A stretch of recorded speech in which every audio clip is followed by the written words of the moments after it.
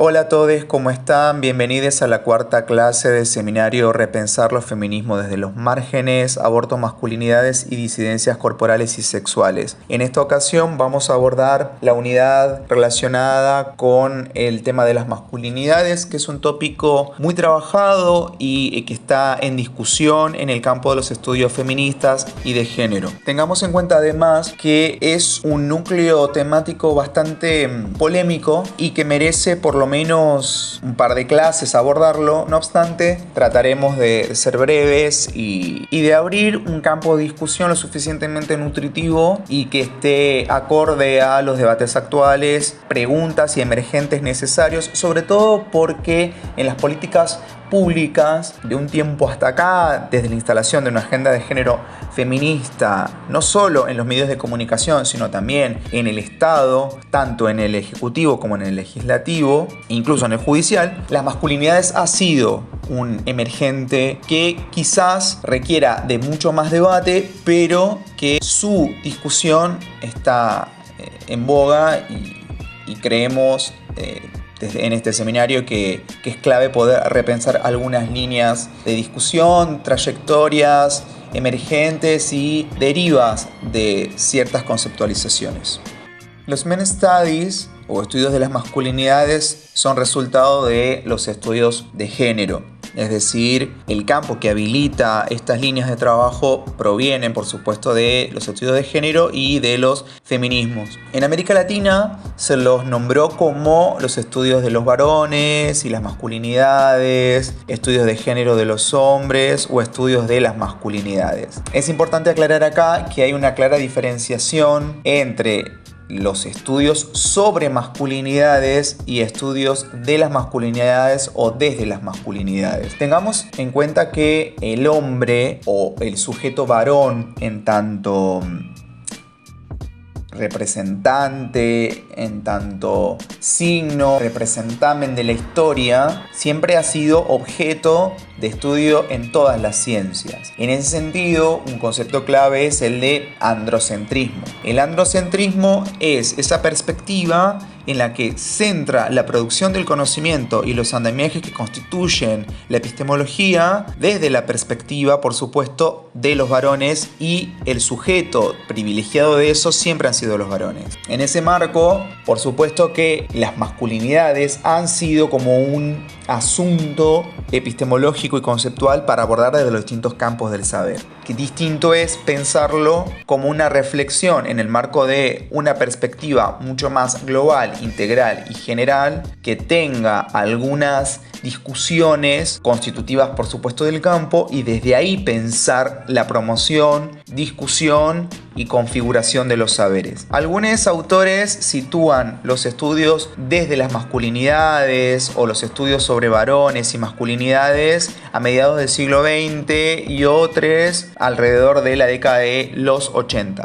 Por supuesto que lo que nosotros podamos presentarles es una genealogía, es un mapita que de alguna manera es excluyente y de ninguna forma es exhaustivo y recorre la integralidad de los estudios.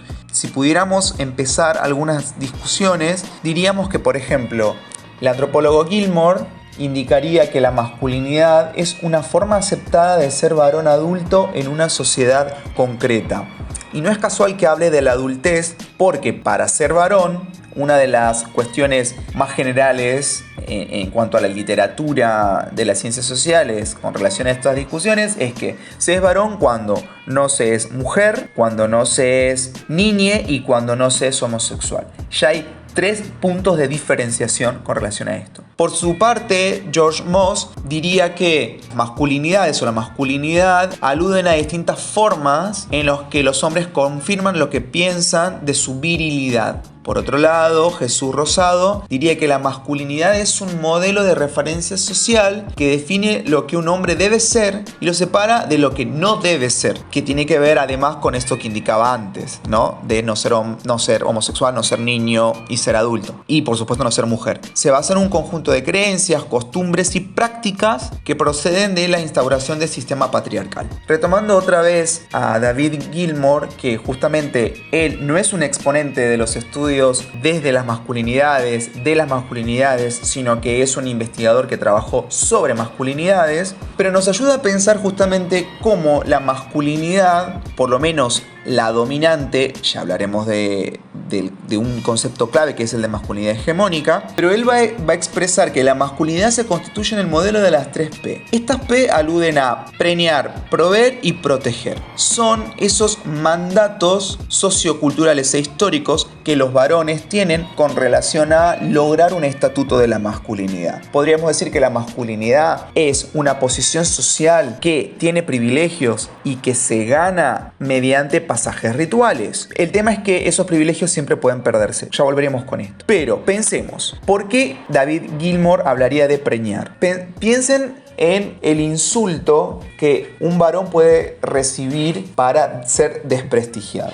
Recuerden cuando Diego Maradona insultó a Jorge Rial. ¿Qué es lo primero que le dijo? Huevo duro. Tenía que ver justamente con su capacidad de no ser fértil, su incapacidad para ser fértil. Siempre se espera que un hombre pueda, al menos cis, que un hombre pueda engendrar vida. Después tenemos la P de proveer. Salvo a partir de la crisis de los años 80 y del modelo de Estado benefactor, se esperaba que los hombres fueran el sostén económico, financiero de sus hogares. Hay como una especie de obligación, de internalización de ciertos mandatos con relación a la provisión económica. Por supuesto que las crisis, sobre todo en América Latina, imposibilita que eso pueda seguir sosteniéndose. Y después encontramos la protección. Podríamos ampliar mucho con relación a esto, pero también está la protección del eotre, de su familia, sobre todo de las mujeres, esto es, hijas, hermanas, esposas, madres, pero también la protección del honor, que tiene que ver con protegerlo de la amenaza de otros hombres justamente. Otro concepto que nos parecía central poder trabajar es lo que la antropóloga Rita Segato habla de las potencias viriles. Se refiere no solo a lo sexual, que es claramente central en las prácticas socioculturales y cotidianas, sino la bélica, la física, la económica, la intelectual, la moral y la política. Cuando hablamos de una potencia sexual, nos referimos básicamente a cómo los guiones culturales siempre habilitan que el ejercicio de la sexualidad por parte de las corporalidades masculinas, sobre todo cis, siempre sean reconocidas desde un lugar distinto a cómo las ejercen, por ejemplo, las femineidades. Con relación a la bélica, diríamos que son la estructura bélica la que requiere de un posicionamiento masculinizante o masculino con relación a eso. Piensen incluso también que todas las guerras o las disputas bélicas son del terreno de lo público, de lo político, y siempre los ejercen los varones. Con relación a la física, a la potencia física, es también algo que todos los guiones de la cultura promueven el ejercicio de ello. Pensemos en los modelos de crianza, en las instituciones, en las prácticas deportivas, etc. Con relación a la económica, bueno, ahí estaríamos hablando de la división sexual del trabajo, la segregación vertical, la segregación horizontal. Si tienen dudas con relación a esto y requieren más material, háganoslo saber y hacemos una nota a pie de página, porque eso requeriría de una clase compleja. Pero sabemos que el suelo lodoso o techo de cristal son esas formas de inacceso que tienen las mujeres cis o las disidencias sexogenéricas para llegar a reconocimientos y estatutos económicos de mayor paga que, digamos, los hombres. Son esos obstáculos, esas dificultades que se presentan en la cultura. Con relación al intelectual, el reconocimiento que la promoción de saberes, discusiones y conocimientos se hacen no solo en la academia, sino también en distintos territorios o distintas zonas de promoción de lo que se piensa. Hay pocas mujeres o pocas disidencias quienes llegan a ese reconocimiento. Piensen, lo habíamos charlado en la primera clase, en las bibliografías, en qué autores, autoras se retoman para repensar las bibliografías. Piensen en los reconocimientos en las trayectorias académicas, en quienes acompañan también esas discusiones, en qué zonas de discusión, etc. Con relación a la moral, siempre se reconoce el terreno de lo masculino como una zona de privilegio y de dadores de sentido a cierta dirección moral y ética. Eso lo podemos profundizar en la próxima clase. Y luego, con relación a lo político, tiene que ver con cómo hay ciertas estructuraciones del campo de la política que requiere de la masculinización del territorio y cómo el acceso al mismo también implica que la subjetivación de las identidades o la conformación de las identidades tengan algunos signos que estén acordes a esos requisitos masculinizantes. Un texto clave o una autora clave para los estudios de las masculinidades es Rowena Connell. Este es uno de los textos inaugurales de los estudios de las masculinidades en América Latina, que, como les anticipaba, surgió de la línea de los estudios de género, y uno de los exponentes latinoamericanos por excelencia es José Luis Olavarría, un cordobés que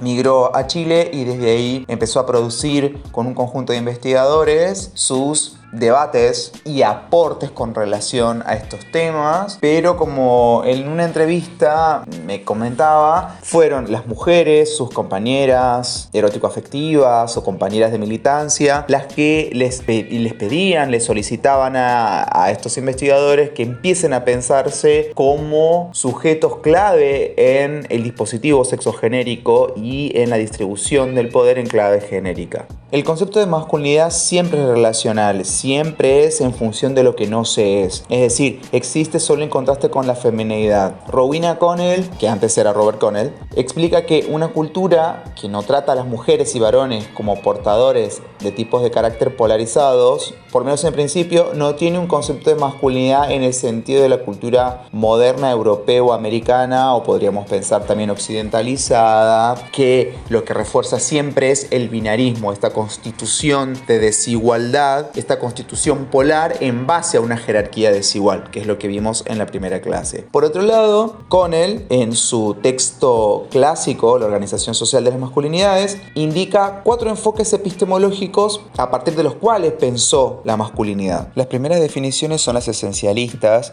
y recogen un rasgo vinculado al núcleo de lo masculino y le anexan a eso una serie de rasgos de las vidas de los hombres. El esencialismo también es una forma de establecer como un núcleo que determina lo que es propio de un mismo para de esa manera después de alguna forma enarbolarlo como bandera política. Después tenemos un enfoque positivista que se basa en hechos. La masculinidad es lo que los hombres realmente son. Muchas veces eso se relaciona con lo genital o en discursos básicamente biologicistas. Después tenemos definiciones más normativas que tienen que ver con estas constituciones normativas, estos modelos del deber ser que los hombres deben perseguir o respetar. Son roles vinculados a lo sexual y a menudo se entremezclan con definiciones más normativas y esencialistas. Después, el enfoque semiótico tiene que ver con definir la masculinidad mediante un sistema de símbolos, de diferencia, en los que se contrastan los lugares de masculinos y femeninos. Como decíamos, las masculinidades es la no femineidad.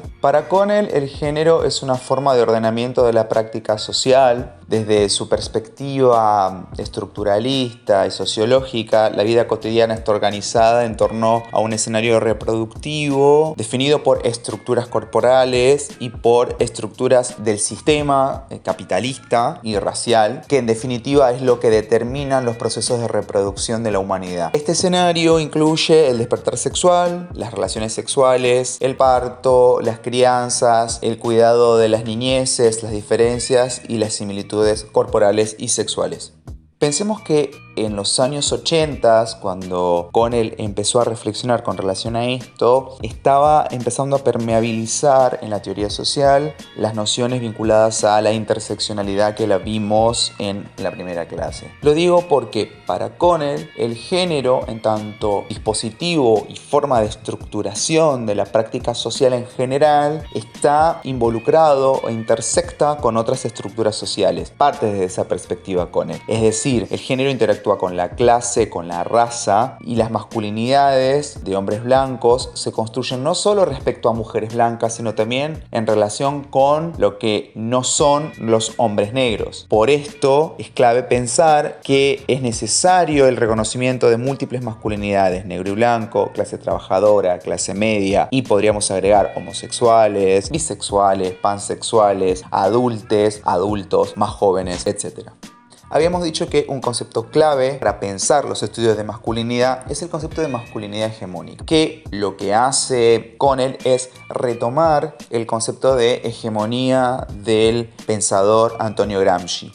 Que la hegemonía básicamente, si lo tuviéramos que resumir, es la dominación sin coerción, sin fuerza física, sino a través del consentimiento, sino de un pacto de consentimiento de le dominade por sobre el dominado, digamos. Lo importante del concepto de hegemonía es esa conciliación, esa asunción, presunción y reconocimiento de la legitimidad del dominador. Entonces, Connell retoma ese concepto y va a pensar a la masculinidad hegemónica como algo que no es de carácter fijo, sino se refiere a una masculinidad que ocupa una posición dominante hegemónica en el marco de un modelo dado de relaciones de género, pero también reconoce que es una posición que siempre se puede disputar. Remite a la configuración de una práctica genérica que enmarca la respuesta aceptada al problema de la legitimidad del patriarcado y que garantiza la posición dominante de los hombres y la subordinación de las mujeres, podríamos agregar de las disidencias sexogenéricas, puesto que en cualquier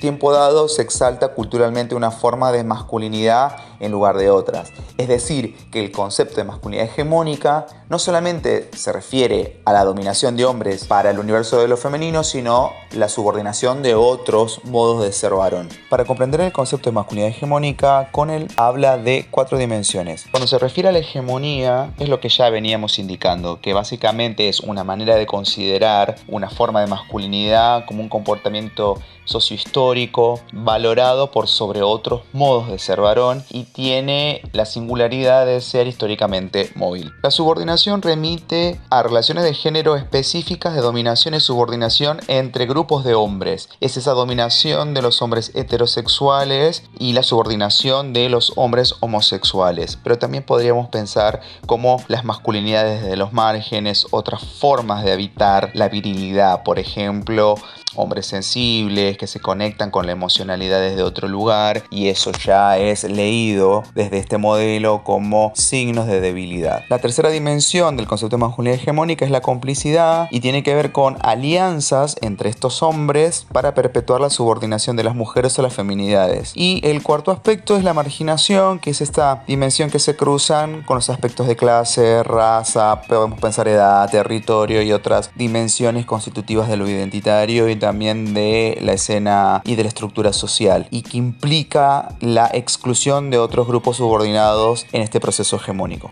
Pero entonces, ¿cómo podemos pensar las masculinidades desde y en América Latina? Para eso es importante comprender que los procesos latinoamericanos deben pensarse por lo menos desde la configuración de los mestizajes.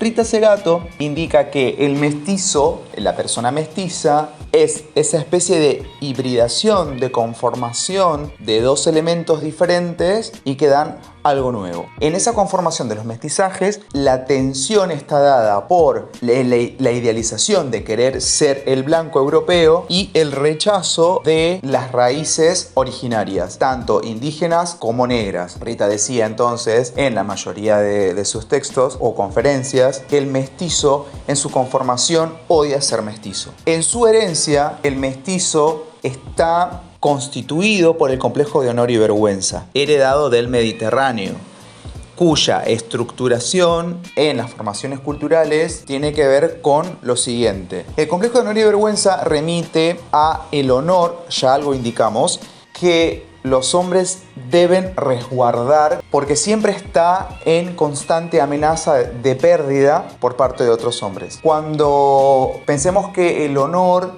se refiere justamente a ese capital, a ese signo diferenciador de prestigio que se obtiene con distintas prácticas. El honor se da por cómo se tramita la moral y la ética, pero básicamente en cómo se cuidan a las mujeres. ¿Por qué? Porque la contracara del honor es la vergüenza de las mujeres que pierden su virginidad por fuera de los marcos ético-morales, culturales, canónicos y hegemónicos occidentales, por cómo esas mujeres no responden a mandatos ligados al cuidado de las niñas o a la cultura del cuidado, a los lugares de esposa, madre y por supuesto virginales. Por otro lado, en América Latina hablamos de machismo cuando nos referimos a esta estructura profunda de desigualdad de poder en clave sexogenérica en nuestros territorios. Y tiene que ver con lo que ya indicamos, que se sustenta en 3 premisas: no ser hombre, no ser niño y no ser homosexual. Es decir, patriarcado, machismo y masculinidad dominante o hegemónica son conceptos que se anudan en la misma base, que es la desigualdad de poder del universo de lo femenino y de lo masculino. Y no queríamos dejar de indicar que para Rita Segato el criollo, es decir, el mestizo, es de por sí racista, especista, misógino y homo-lesbo transodiante. Por lo menos esos son los guiones culturales que promueven cierta subjetivación y configuración identitaria. En palabras de la antropóloga, ella dice que el criollo es un sujeto profundamente inseguro de su racialidad y masculinidad, de forma tal que necesita agredir, se vuelve violento para restaurarse y verse titulado como sujeto viril y sujeto blanco. Hagamos un punto hasta acá. Si tuviéramos que explicar metafóricamente qué es la masculinidad hegemónica o la masculinidad dominante o con mayor prestigio en lo social, diríamos que es un cañón de cristal, porque es una gran arma, es un arma potente que puede destruir e imponer un orden, pero también de cristal porque es sumamente frágil, es un prestigio que siempre se puede perder. Esa amenaza constante de la castración en términos freudianos y lacanianos, psicoanalíticos en verdad, lo que logra después es que el patriarcado, cuyo andamiaje fundamental es la masculinidad hegemónica, tenga que replegarse y de ejercer coerción permanente para sostener ese estatus. Y en ese sentido es que el prestigio de las masculinidades se logra por instaurar la idea de la supremacía por otras especies y por abrazar la aversión por el universo de lo femenino y el rechazo por las disidencias sexogenéricas. La base de la sociedad mestiza colonial y poscolonial es el tabú de la homosexualidad, dice Mendoza. Y eso también es lo que dirige y perpetúa y conforma toda la conformación de las masculinidades mestizo-coloniales. ¿Quiénes son los exponentes latinoamericanos? Ya los mencionamos. Uno es José Luis Olavarría, es sociólogo argentino que vive en Chile, que junto con Rowena Connell y otros investigadores en los 80 se reunieron para pensar las masculinidades desde América Latina. Después tenemos a Luciano Fabri, que es doctor en Ciencias Sociales y licenciado en Ciencias Políticas y coordina el área de género y sexualidades de la UNR y es el integrante del Instituto de Masculinidades y Cambio Social de Rosario, un espacio sumamente nutritivo y potente que aborda las nuevas masculinidades. Gabriel Jones, que es licenciado en Ciencias Políticas de la UBA, doctor en Ciencias Sociales, investigador de CONICET y docente de la UBA. Néstor Artiniano, trabajador social, doctor en Ciencias Sociales, docente en la UNLP. Hay muchos exponentes que los trabajan. Ariel Sánchez, por ejemplo, también, que coordina el área de género del Ministerio de Políticas de Género y Diversidad Sexual, etc. También es un exponente de estas temáticas.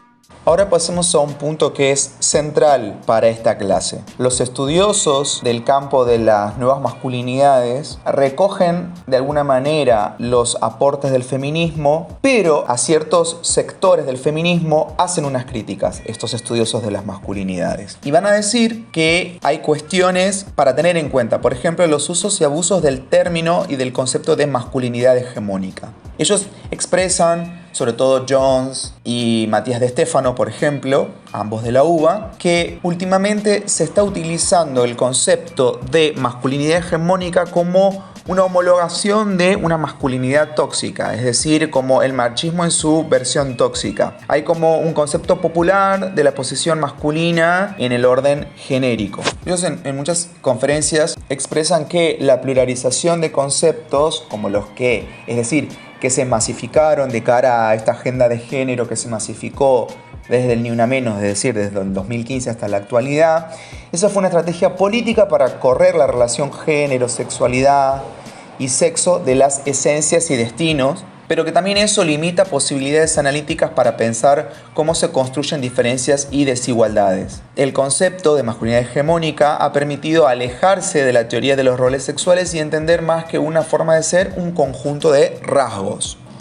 Ellos indican que se usan más los conceptos para describir las diferencias del orden de género que para interrogar cómo se producen o reproducen. También señalan que usar el concepto de masculinidades en plural es más asible, mucho más situado con relación a las realidades sociales y también más inocuo. Entonces, ¿qué pasa con las relaciones de poder? Porque ellos señalan que hay posiciones y subjetividades múltiples, relacionales y contradictorias.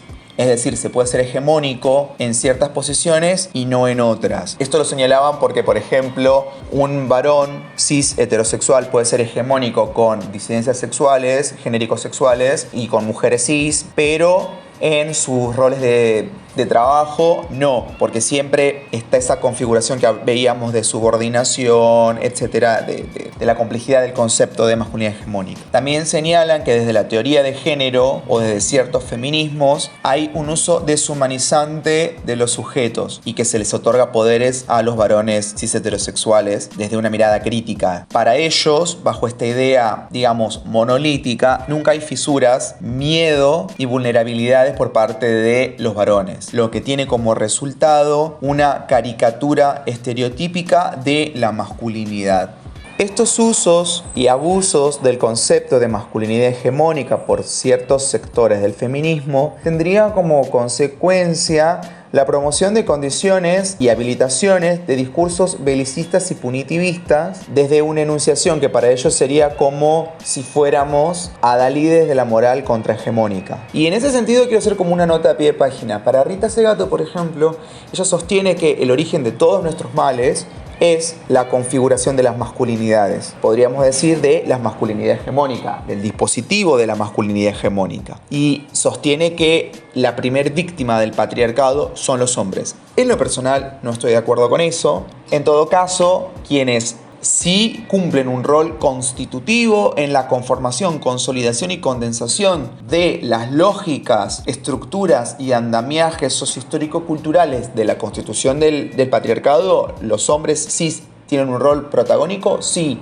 pero de ahí a la ontologización o la rubricación de víctimas, eso implicaría otro tipo de debate y lo podemos hacer en algún espacio sincrónico o cara a cara. Insisto, estamos retomando las críticas que los estudiosos de las masculinidades hacen a cierto sector del feminismo que podría incluirme en lo personal desde los transfeminismos, pues yo todavía no expresé mis críticas para las críticas que ellos hacen. Es decir, que nos señalen como adalides de la moral contrahegemónica. Lo cierto es que no son los varones cis heterosexuales u homosexuales o bisexuales, etcétera, quienes mueren cada 30 horas como consecuencia de asesinatos de disidencias genéricos sexuales o de mujeres. Son los hombres cis quienes exterminan la existencia de las mujeres y de las disidencias genéricos sexuales. Eso es un hecho fáctico y me parece que entrar en discusiones si somos adalides de la moral contrahegemónica es como un discurso que por lo menos merece un espacio de discusión lo suficientemente potente para pensarnos. Y ellos señalan que nos dicen, ¿no? Queremos señalar al otro, en este caso al otro hombre, ¿no? Al otro, al varón, o a las condiciones que posibilitan la desigualdad y la violencia. A eso,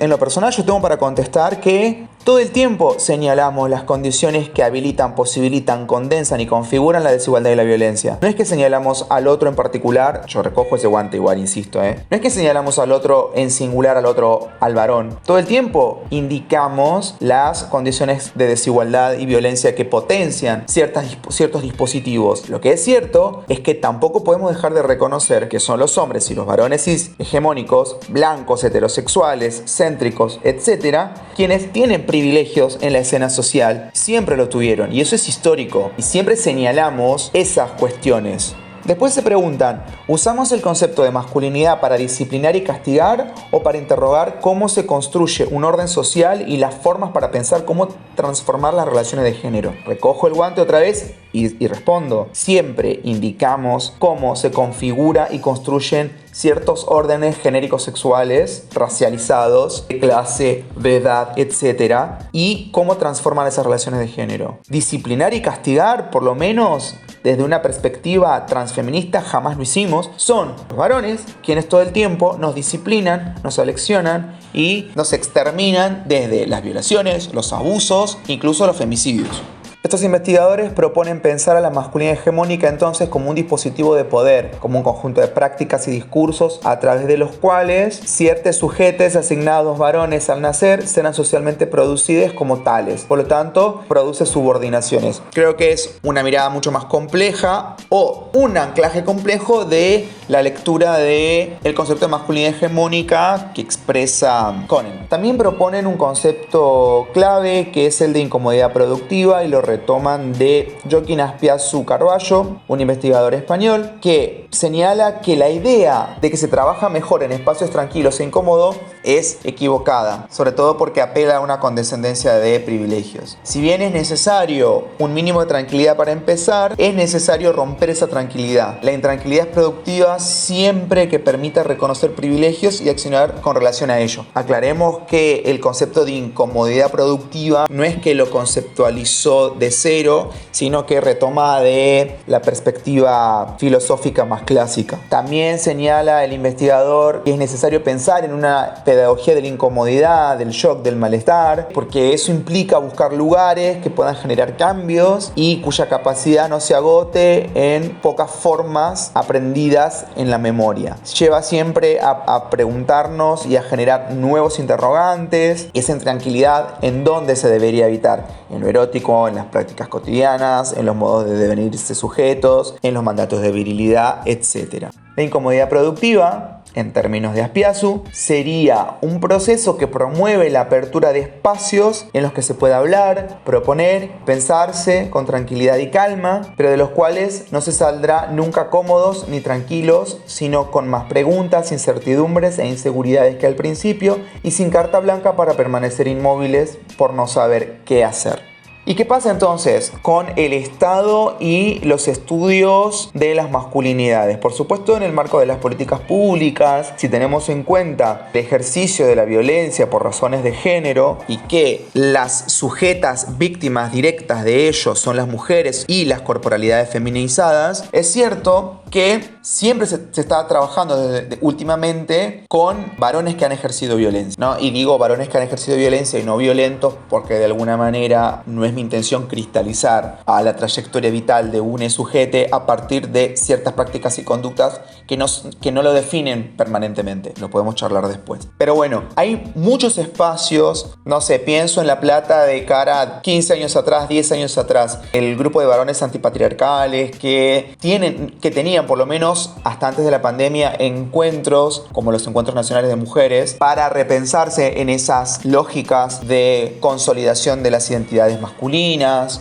Por ejemplo, Luciano Fabri, que lo nombré anteriormente, pensaba cómo los grupos militantes de izquierda ya tenían, antes del Ni Una Menos, espacios para pensar las masculinidades. Eso se fue consolidando de cara a una agenda de género y el Estado recogió el guante, y hay distintos lugares, más allá de lo informal o formal de cada agrupación o de grupos en singular, hay ciertas políticas. Por ejemplo, en la provincia de Buenos Aires sabemos que existe la Dirección de Promoción de Masculinidades para la Igualdad en el marco del Ministerio de Mujeres, Políticas de Género y Diversidad Sexual en la provincia de Buenos Aires. Indicábamos también que está el Instituto de Masculinidades y Cambio Social, que coordina Luciano Fabri, o por ejemplo en la Universidad Nacional de La Plata, en el marco de la Secretaría de Derechos Humanos y Políticas de la Igualdad, hay una dirección que es de políticas de género y diversidad sexual, que se encarga de políticas concretas de las masculinidades, que tiene como por ejemplo la misión de capacitar en género a la Guardia Edilicia.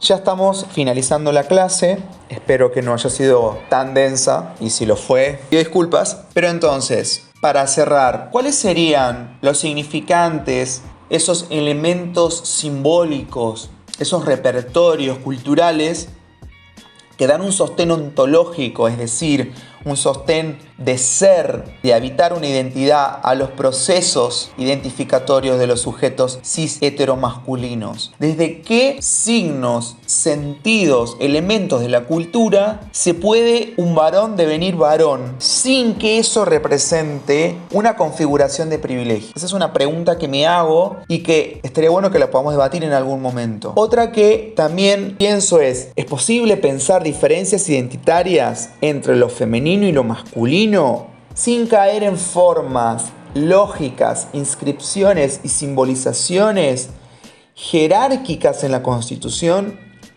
Porque pareciera que es universal que toda cultura prioriza o valora o pondera más lo masculino por sobre lo femenino. ¿Cómo podemos encontrar realmente una potencia epistemológica, agencial, ontológica en los estudios de las nuevas masculinidades si todo el tiempo nos pensamos en cómo se configuran ciertas virilidades y ciertos rasgos de habitar lo identitario sin cuestionar de base, por ejemplo, la matriz sexo-género-deseo? ¿Qué lugares ocuparían los varones cis en el marco de las agendas de género? Creo que es fundamental que la habiliten, creo que es fundamental que habiten ciertos espacios, no solo en la teoría y en la producción de conocimiento desde la academia y desde espacios sociales y colectivos, sino también para repensar, por ejemplo, las críticas que permanentemente hacen con relación a los hombres también sufren violencia de género y que las leyes, por lo menos para prevenir, sancionar y erradicar la violencia por razones de género, no lo contemplan de esa manera. Bueno, si hay una discusión del orden jurídico legal, es necesario que se organicen y puedan en el Parlamento repensar de qué manera abordar las violencias. Además, ¿cuál es el rol que nosotros como disidencias genéricos sexuales y mujeres cis, el movimiento feminista de mujeres, tenemos que tener en esa agenda de género que los incluye? ¿Cuál es el pedido en concreto a nosotros? Que nos conmovamos con su deconstrucción, que seamos más tolerantes en su proceso, que no esperemos transformaciones en nuestros tiempos, sino que podamos tener un tipo de contemplación a eso. No lo sé, son preguntas que también lo hacemos porque no consideramos, o por lo menos yo entiendo que no promovemos desde una perspectiva transfeminista ponernos en adalides de una moral ético feminista de género. Entendemos los procesos de cada uno, pero también reconocemos que mujeres y disidencias, desde que nos inscribimos en la cultura, permanentemente nos agenciamos y tratamos de deconstruirnos y no dependemos de la conmiseración del eotre para existir o para repensar nuestras existencias. También estamos en un proceso permanente de deconstrucción. Habría que encontrar una forma de coexistir y de llegar a ciertos acuerdos con relación a las consignas y demandas de género singulares, particulares, pero también contextuales e históricas. Para finalizar esta clase proponemos la siguiente consigna: escribir en un mínimo de 10 líneas, el máximo ustedes no lo sabrán, ni 70, ni 1000, ni 100. Lo suficientes como para que ustedes puedan responder a esta interrogante. ¿Cómo podemos pensar las masculinidades por fuera de los patrones socioculturales e históricos que guían la configuración, constitución de las subjetividades e identidades? ¿Desde qué prácticas, proyectos, conductas, escenas, situaciones podemos promover otras formas de habitar las masculinidades? Espero que se encuentren bien, que hayan quedado claras las ideas, por lo menos bases, y cualquier duda o consulta la podemos discutir por correo electrónico o cuando nos veamos en el siguiente encuentro. Un abrazo grande.